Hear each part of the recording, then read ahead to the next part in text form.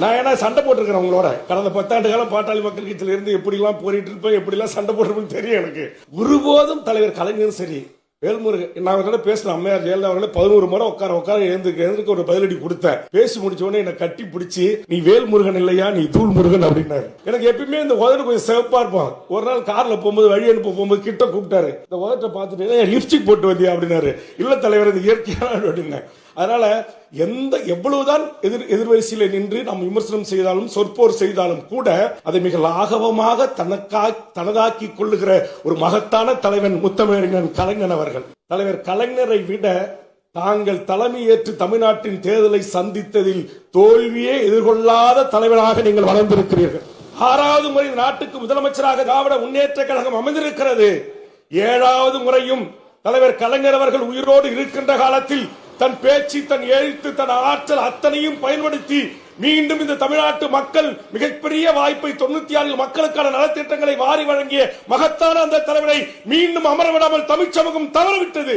அதுபோன்று தமிழ் சமூகம் தவறவிடக் கூடாது.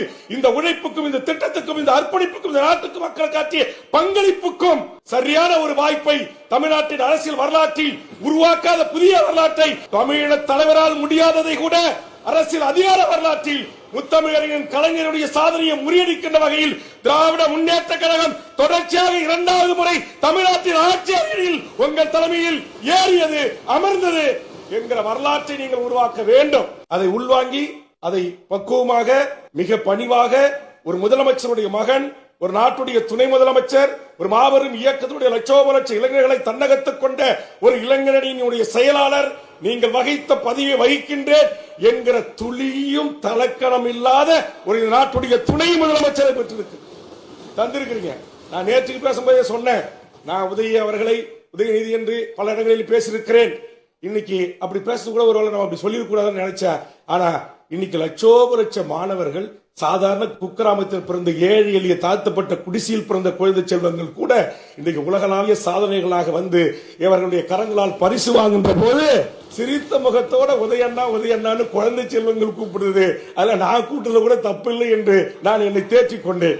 ஆக எதிர்க்கட்சி வரிசையிலே அமர்ந்து உங்கள் சின்னத்தில் நின்று வெற்றி பெற்று நாங்கள் உங்களுக்கே ஆலோசனை கூறுகிறோமா, எங்களுக்கே ஆலோசனை கூறுகிற இடத்தில் நீங்கள் இருக்கிறீர்களா என்று எடுத்துக்கொள்ளாமல் நீங்கள் அதை அணுகின்ற முறை, மாண்புமிகு உறுப்பினர் சேகர் பாபு அமைச்சருக்கும், எங்களுடைய துரைமுருகன் அவர்களுக்கும், எங்களுடைய சிவசங்கரன் போன்றவர்களுக்கும், இங்கே நிறைய இடத்தில் பொன்முடி போன்றவரோடு நாங்கள் மோதி இருக்கிறேன்.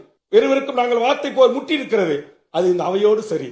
வெளியே போன பிறகு அவரும் எனக்கு பரஸ்பரம் வணக்கம் சொல்லுகிறார், நானும் அவருக்கு வணக்கம் சொல்கிறோம். இந்த பண்பாட்டை உருவாக்கியது திராவிட இயக்கம், திராவிட முன்னேற்ற